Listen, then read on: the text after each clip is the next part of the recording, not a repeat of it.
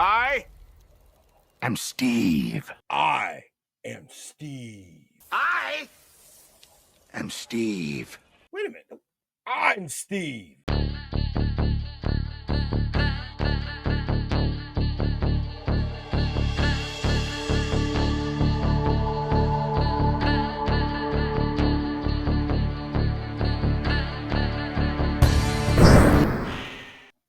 $157 million domestic, $301 million worldwide.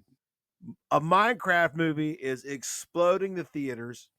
I went out and I got my turquoise blouse, my unisex turquoise blouse.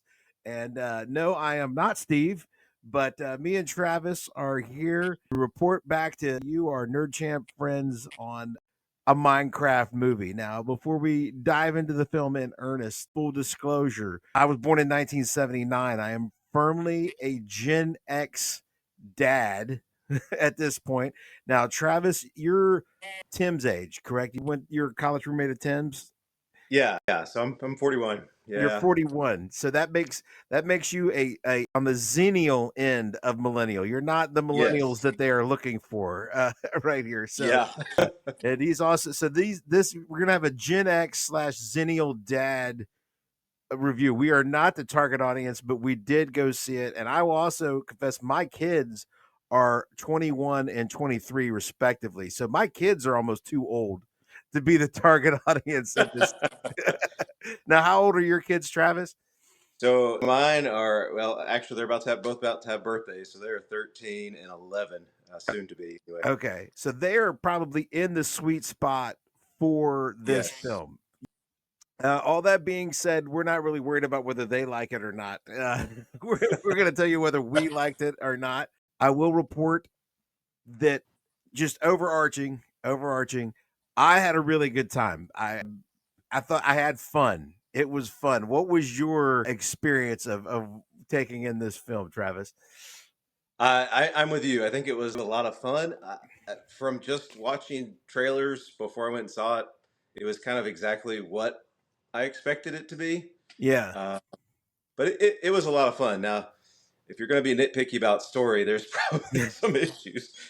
but if you're just going to have a good time with your kids, I mean, this seems like the way to go. Yeah, this was big dumb fun, and it hit all of those things. It was big. It was definitely dumb. I mean, it pounded the dumb pretty hard, but I don't know if it would be as fun if it was not quite this dumb. The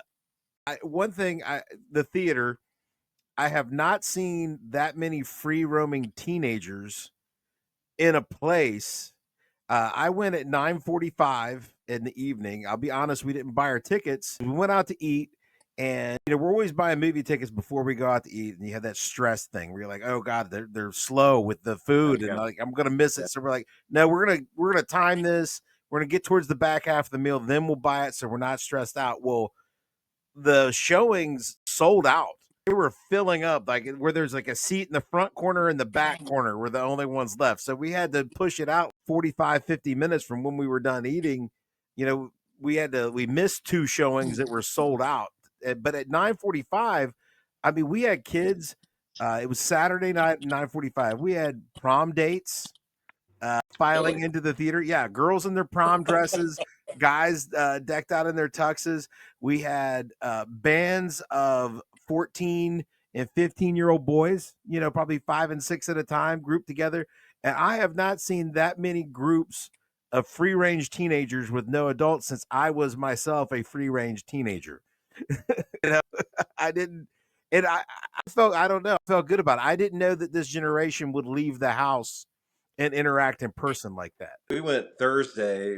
It was like, I think it was the only like matinee showing that day, at least at our theater. And when I got tickets, I bought them on Thursday morning, and there were only maybe 10 seats left in the house. I was surprised, especially going on a Thursday. Most people wait until Friday, but there were a lot of parents, lots of kids, and it definitely made the movie more enjoyable being with a bunch of 10, 11, 12, 13-year-olds that like laughed at everything. Yeah, and got into it. coming into this weekend, I think the projections for the box office domestically ranged from 60 to 80 million dollars. And we're coming out at 157. So it's like Yeah. and people are buying tickets that day. It really exploded. And the same as it was great to be there with kids. I don't know about you. I'm not a big gamer. I haven't been a gamer or played many video games for years. I've never played Minecraft. I have no idea how to play Minecraft. I don't even know if it's on a PC or a system or what. So like I'm not getting any of the references. I have Okay. but these teenagers are having the time of their life. They were shouting lines at the screen like chicken jockey. They were screaming chicken jockey before the movie started. I don't know if you had anything like that. Like people shouting at the screen on Thursday too? I didn't get any of that on Thursday. We got the laughs and people really getting into it and maybe some cheers, but no, I didn't. Yeah. I didn't have that interactive of an audience. Yeah, there were a few lines like I still don't know because I've never played the game. You know, there were lines like chicken jockey, I know was one. Uh when he threw like the water and he said like release, they all yelled release. That was a big deal when they did the table where you make stuff. They whatever that The table's called. crafting table. What's that? What'd you say? The crafting table. They all said crafting table with him. So that was their crafting table. So I mean, these all must be big moments in the game. So, but You definitely want to get your crafting table early for sure. yeah, I mean, if the movie is any indication of how to play the game, that crafting table is important. Very important. I would definitely say if you're our age, I had a great time. I had fun watching this. I don't know if I would have had fun watching this just me and my wife at home on streaming. You know what I'm saying? I don't Yeah. even think I'd know where the jokes were because the references, like these young people are laughing because they hit a reference, and I'm just kind of tickled that they're tickled. But like, it might have just went over my head if I didn't have them to guide me through the experience. Yeah, I think who you watch it with in the audience matter big in this. But if you're a Minecraft player, there were a lot of references like Chicken Jockey, a lot of Easter eggs, I guess you could say, in there. But they're they were done in a way where even if you didn't catch them, I don't think it would be a big deal. Like it wouldn't be a total loss. Like you could still enjoy it even if Yeah. you didn't get the references. Let me pull up the list here so I can get names right and stuff. And we'll try to vaguely outline what happens in this film. So, first off, does the movie open with a huge, really long dump of exposition in a monologue? Yes, it does. Yes, it does. Yes, it does. Is Yes. it really? I mean, they did not go to the part of script school where they said show and don't tell. Yeah. So it is long. There is a lot of explaining going on. I will say it's done by Jack Black and it's funny. It's goofy. Uh I would place the tone of this film like half a step more serious than The Naked Gun or Robin Hood Men in Tights. Yeah. You know what I'm saying? Yeah. It's not Yeah. quite that silly, but it's almost that silly. You know, so the exposition, though it is long, is a little bit. It is fun, somewhat. We do learn that Steve used to sell doorknobs, things like that.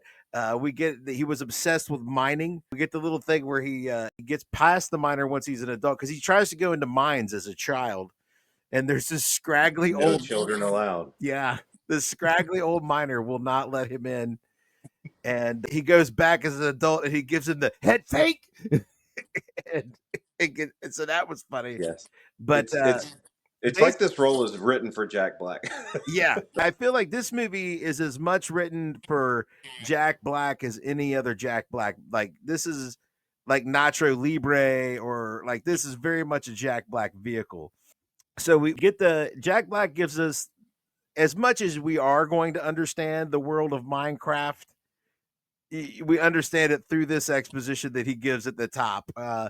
And It's all very vague. He finds an orb, which is a cube. It's a glowing cube, and the cube goes in the what was it called? Oh, There's the yeah, orb of dominance. and it's like a sheath. Yeah, The shoot. I'm gonna have to Google. Oh wait, I've got it. The orb of dominance combined with the earth crystal Earth crystal. opens There you go. portals. Okay. Steve, the doorknob salesman, who's had his creativity crushed by life and always wanted to be in the mines, goes mining. He head fakes the miner, and when he's mining, he finds the orb of dominance and the earth crystal. And when you put them together, they open a portal to the overworld. And this is what the Minecraft world is called. It probably is called that in Minecraft also, Yeah, it is. where anything you can imagine you could make. And I'm pretty sure, from what I understand, this is how you play Minecraft: is you're in there and you just build stuff. You have builds, you make houses, you do. I don't know. I probably sound stupid, but anyway, No, that's it. yeah. So Steve is building houses and forts and trees. He tames a square wolf to be his dog Dennis. Dennis. Yeah, Dennis, and he's having a beautiful life, except for every night, which comes about every 20 minutes. Zombies take over the whole overworld, and you've got to hide in your house. But then, after an indeterminate amount of time, he goes from having a full brown beard to going a little gray. So time has passed, and he finds this portal-looking thing. It opens, and he finds the Nether. So the Nether is this hellscape dimension populated by greedy pigs, because of course they're pigs. And the pig leader is named Malgosha. Yes, Yeah, Malgosha, the pig leader, takes Steve prisoner because she wants the orb of dominance and the earth crystal, because with it she could take over the overworld and destroy all fun and creativity there. And they're greedy and only want to mine for gold. But Steve gives the orb and the crystal to Dennis and tells him to follow his scent all the way back to Earth and hide it under his waterbed. Steve is held captive. Dennis makes it to Earth, and then many years go by, and we take up in Steve's hometown. A young woman is moving there with her younger brother, and I guess their parents have died in a tragic accident. That seems to be a new trope. That was kids moving to town with a dead parent. It was kind of a Ghostbusters afterlife type thing too. That's just but anyway, this was a brother and sister. The parents are gone, and it's Henry and Natalie. Natalie's going to run social media for the Potato Chip Company. And Henry is an outcast from school, very creative, too creative. You kind of can see where this is going. They move into a house, and somewhere in here, we also got the backstory of Garrett. And if you've seen the trailers, this is Jason Momoa with the long permed hair and the pink jacket and everything. So Jason Momoa is the gaming champion of what, 1989, I think. I think it was 89. Yeah, he was the arcade gaming champion, and he is frozen in time. He was super cool at that time. He won some money and he bought a video game store. It's a retro store now that's still on that corner. He rides around in a Firebird, cranking the hair metal. You know, he is stuck at that time. He still like exercises his fingers. And he is Garrett the Garbage Man, because Garbage Man was his signature. Taking out the garbage was like his signature move in his favorite game. So we do meet him, and Henry meets Garrett. They become friends because Henry stops in his store on the way to school. Garrett, before he meets Henry, when Henry and Natalie are on their way into town, Garrett has went to a storage auction to try to save his business. He's gonna buy a storage auction and flip it for some money because he's about to be evicted. And It's where Steve's stuff has been moved from his house, is in this storage auction, and the only thing that he takes away from it is the orb of dominance and the earth crystal. He doesn't know what they are, but after school, Henry finds it in the store. Even though Steve sent a warning, please, whatever you do, don't put these together, even though there's a lot of gold and treasure on the other side. It will be really bad. So, of course, they totally ignore that. They put the two together and they go through the portal. Along for the ride is his sister, who finds them and goes through the portal, and their real estate agent, because why not? Why not? The realtor's got to provide excellent service. She's going above and beyond. They end up in the overworld. Steve thinks that the pig people still have Dennis, so he's kind of sent on a mission to try to get the orb for them. Garrett is trying to find the treasure. The brother and sister, all they want to do is get back home, and we have some adventures with the pig people trying to get the orb. Steve and Garrett become fast friends. It moves. I'm getting too deep in the weeds describing the plot where Jack Black catches a frisbee that the dog threw with his mouth. But I mean, vaguely, if you could follow that, that's the setup for the movie. That's what thrusts the whole thing forward. Did I miss any highlights of like the eccentricities of the plot there? No, I think you got it. I think you got it. They get stuck in the overworld. They go on a quest together to save it. They get stuck in overworld. They go to and really, Jason Momoa. I didn't know what to make of his character in the trailers because he's really weird looking, and but would you in the movie he is very funny, I would say. Yeah, he is, and this is I believe is it Jared Hess? Is that his name that did Napoleon Dynamite Yes. and Nacho Libre? Yeah. This is one of his movies, and you can really tell that this is one of his movies. I mean, the clothes that they're wearing, the jokes they make, like the sense of humor, it's all very much him. And he's worked with Jack Black before, so they got chemistry there. Yeah. And he does the voice of General Chungus. He was Steve's dungeon partner and is sent to kill Steve. And he has the most polite General Pig demon voice that you'll ever hear. That's another little treat. There's other side quests here. You're going to recognize a lot of the people. The realtor is played by Danielle Brooks. And she is in a lot of stuff. I'm trying to see. I mean, I recognized her right away. Kind of person, Peacemaker. She had a big role. Oh yeah. In Peacemaker. She was Waller's daughter in Peacemaker, the one that she had put her in there. I did not recognize her. Yeah, I watched Peacemaker rather recently, so I think that's why I recognized her right away. Henry's sister Natalie is the girl from Wednesday. If you've watched that, she turns into a werewolf. Yeah, I had to look that up because my wife was like, "I recognize her," but she's the perky blonde in Wednesday, and in this she's got the dark hair and she's a little different color hair. Yeah, throw you off. She's got a more of a Wednesday vibe in this. She's kind of emo or a little bit, and then also the vice or is she the vice principal or the principal? No, vice principal. We don't meet the principal.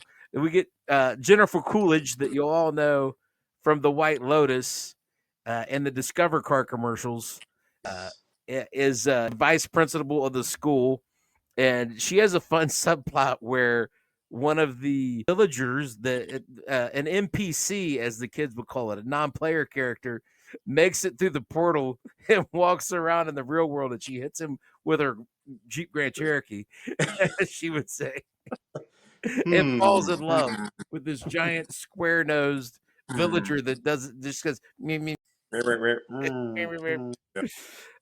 And then somewhere towards the end, the villager decides to talk, and the voice was Matt Berry, who you might know from episodes of Community, and he's the voice of the dad in Crapopolis. He's got this very, I don't know, smooth British accent voice. When he starts talking from that villager, it's pretty funny. So it is humorous. Yeah. Jennifer Coolidge probably could have came into set one day and filmed all of her stuff. Yeah, that's the thing. Like Yeah, took because off. this what is it? 3 scenes. I mean, it's stretched across Yeah, the whole movie, but they tell this little mini story in maybe 10 minutes worth of footage, 15 maybe. so we get Skid Row songs. The other song I had to look up was Dirty Honey. I was digging the hair metal going on in Garrett the Garbage Man's car. So that was a highlight for the people my age. I don't know how much the kids dug it, but I thought There were a ton of great one-line, which Napoleon Dynamite, Nacho Libre had those great one-liners, but this one has its yeah, fair share of great one-liners that those 13, 14-year-olds that saw the movie will be quoting forever. there are some good lines in here. Jack Black breaks out in song more times than you Two would think. times, Yeah, yes. Those were fun. I didn't feel like they're as memorable as like Peaches from the Mario movie, but yeah. he breaks out several times. Yeah, the closest thing to Peaches as far as memorability is probably the chicken jingle. Yeah, Because yeah, yeah. yeah, and then at the end, he does have a touching song about Dennis. The wolf. Yeah, this is not a Funny. 3-act. Things don't go in a logical way. That is not what this is about. This is, funny one-liners, memes. The kids wait for the lines they recognize and they reference the thing. I don't know if you go in wanting an engrossing story, I don't think you're going to leave happy. You're not gonna get it. Yeah. but No. but if you just want to laugh at some silliness, I think you'll have it. Yes. If you're just looking, and I think that again, I keep referencing Napoleon Dynamite and Nacho Libre because I feel like they're so similar with Jared Hess working on them. But Napoleon Dynamite came out when I was in college, and we sat around in dorm rooms and watched it over and over and over again so we could quote the lines. I could see this generation younger than myself, the kids now doing that, seeing this movie over and over again where they can quote all the lines.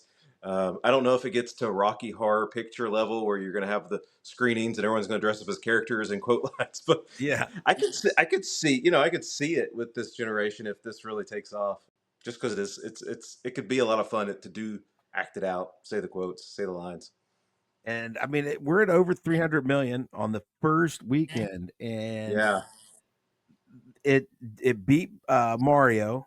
Mario's opening domestic was 140 something, 35 something. But anyway, this is yeah. 157. So it's officially the highest grossing opening weekend domestically for a video game based movie. And I know that's a lot of qualifiers to be said, but it is an impressive number, and it's the biggest opening since Moana 2. I think I said the last November. So it's been the movie theaters have been hurting for a hit. The moral of this movie, if there is one, is to take that creativity out into the real world and try to be creative in the real world. So I think that's a good moral, a good message to have a good, Good message. strong theme. And again, coming into the theater, I was excited to see kids that were 14, 15, 16 years old outside. Like, not, they weren't outdoors, they were in a movie theater, but in a social place, doing social things With other people. with other. None Yeah. of them were staring at their phone screens. They were talking to each other. They were shouting stuff at the movie screen. Tell everybody where to find you on the internet, Travis. I am on the internet at withtravis.com. You can also find me on Instagram and Facebook and YouTube there, and also at Build with Travis. All right. And I am Dan. I am one of the Nerve Champs. I'm actually not Steve, but I can be mistaken for Steve. I was actually asked if I was Jack Black at Double. the movie theater. You could be a double. You could be a double. So anyway, again, I'm one of the Nerd Champs. You're at the Nerd Champs. We are also on Facebook and Twitter and Instagram and all those places. Like, share, subscribe. Go check out Travis's stuff and do that too. And we'll see you next time.